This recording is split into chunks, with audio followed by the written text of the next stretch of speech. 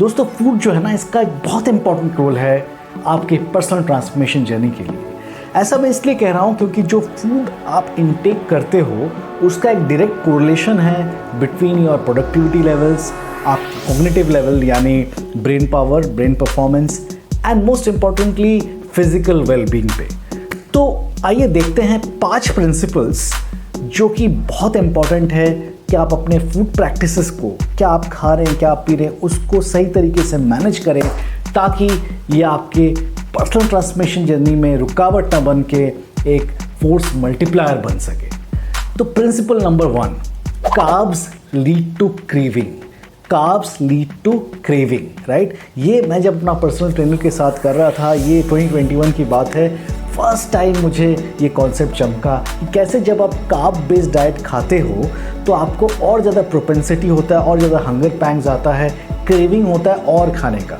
तो carb based diet कैसे, जैसे रोटी, पराठे, चावल, कोई शुगरी ड्रिंक, कोई मैगी, राइट, कोक। तो इन सब में क्या होता है कि ये कार्ब बेस्ड डाइट जो है, आप एक पराठे खाओ या एक पैकेट मैगी खाओ तो आपके पास भूख हो ना हो आपको क्रेविंग होगा और एक खाने के लिए, एक और पराठे, राइट, मक्खन के साथ। तो ये जो है ये craving because of certain hormonal reaction से होता है। आप इंट्रिंसिकली भूखे नहीं होते हो, आप भूखा फील करते हो, राइट। तो ये अगर आप जान गए तो आपको पता चल जाएगा कि इसको मैनेज करने के लिए the best way is to not eat at all. मतलब मैं नहीं कह रहा हूँ कि खाना खाना छोड़ दें, मैं ये कह रहा हूँ कि सुबह उठ के पराठे आलू के खाने ज़रूरी नहीं होता है, राइट, या शाम को स्नैकिंग के लिए मैदे का कोई नूडल्स खाना ज़रूरी नहीं होता है। ज़रूरी ये होता है कि आप उस चीज़ को खाएं जिसमें क्रेविंग ना हो। And there could be many thing. Oats खा सकते हैं ब्रेकफास्ट में, आप प्रोटीन बेस्ड डाइट लीजिए जिसमें क्रेविंग नहीं होगा।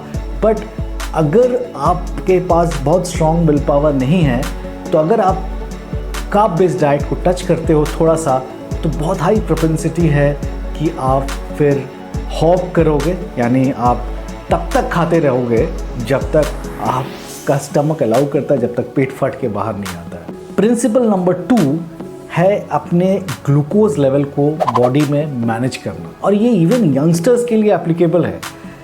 अब ये बड़ा टेक्निकल लग रहा होगा पर इसका मतलब बड़ा सिंपल है कि जब भी आप स्टार्च या फिर कार्ब बेस्ड कुछ भी खाते हो, एंड इट रेंजेस, मैंने पास्ता से लेके पिज़्ज़ा से लेके कुछ भी जो फास्ट फूड है, इवन रोटी और पराठे और आपके पूरी और छोले भटूरे और इवन चावल, बिरयानी, ये सारे कार्ब बेस्ड डाइट है। तो जब भी आप कार्ब बेस्ड डाइट लेते हो तो क्या होता है कि आपके बॉडी में ब्लड शुगर लेवल या ग्लूकोज लेवल स्पाइक करता है। ग्लूकोज लेवल स्पाइक करने is not good for your body, not good for your thinking. इसीलिए आप देखोगे आप एक चावल का प्रॉपर डाइट लंच लेते हो, उसके बाद आपको नींद आती है, लेथार्जिक फील होती है, राइट। आप देखोगे बहुत ज़्यादा स्वीट्स खा लो, बहुत ज़्यादा कार्ब बेस्ड डाइट खा लो, इडली डोसा बहुत खा लो, उसके बाद आपका क्लैरिटी ऑफ थिंकिंग नहीं आएगा। बिरयानी खाओ लंच में, आप देखोगे नींद तो आएगी बट आप आप क्लैरिटी से सोच नहीं पाओगे, क्योंकि because of the enhanced sugar levels in your body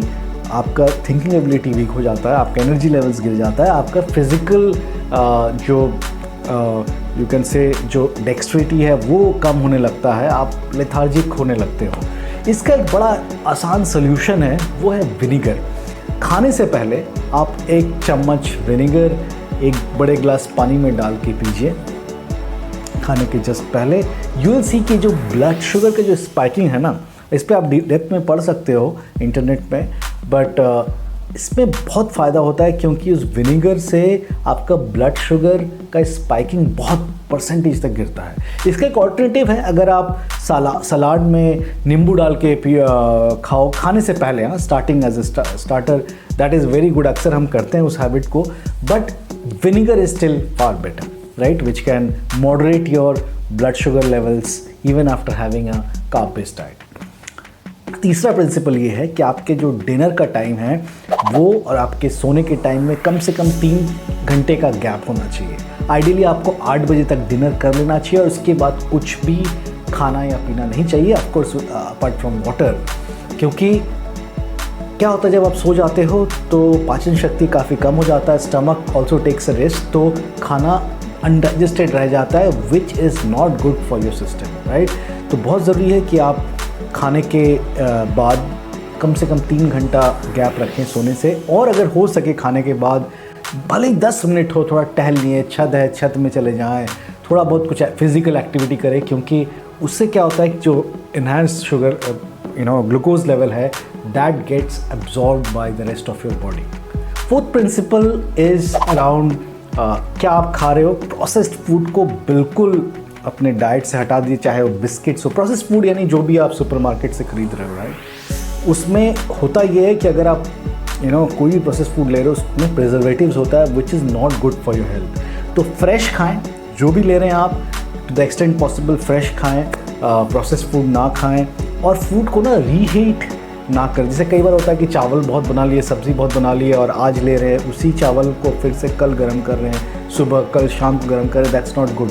खाने को एक ही बार गर्म करना चाहिए, खाने को उतने ही मात्रा में बनाएं जितने में आपका कंजम्पशन आज का आज ही कंप्लीट हो जाए। इनफैक्ट बेटर है कि उसी वक्त 3 से 4 घंटे के अंदर उसको कंज्यूम करें, बट अगर नहीं पॉसिबल होता है तो सुबह को शाम करें, उसको अगले दिन तक ना रखें, because it's not good for your health to eat reheated food और फ्रोज़न फूड और प्रोसेस्ड फूड। 5वां प्रिंसिपल है हाइड्रेशन। बहुत क्लीशेड लगेगा बट बहुत इंपॉर्टेंट है। हाइड्रेशन से प्रूवन फैक्ट है कि आपका कॉग्निटिव एबिलिटी बढ़ता है। आपको कम से कम 3 लीटर एंड आइडियली 4 लीटर पानी पीना चाहिए एवरी डे। मॉर्निंग में पानी पीना चाहिए, अगर नींबू थोड़ा डाल सकें मॉर्निंग में तो इट्स वेरी हेल्पफुल, बट कम से कम 3 to 4 litres should be your water intake. इससे आपका ब्रेन परफॉर्मेंस बढ़ेगा, स्किन सपल लगेगा, आपको ओवरऑल एनर्जी लेवल बेटर रहेगा, किडनी फ्लश आउट रहेगा, सिस्टम में टॉक्सिन का डिपॉजिट कम होगा। ये 5 प्रिंसिपल्स आप फॉलो करिए और देखेंगे आप अपने ट्रांसफॉर्मेशन जर्नी का फर्स्ट स्टेप बहुत सक्सेसफुली उठा पा रहे हैं। Thank you very much, stay focused.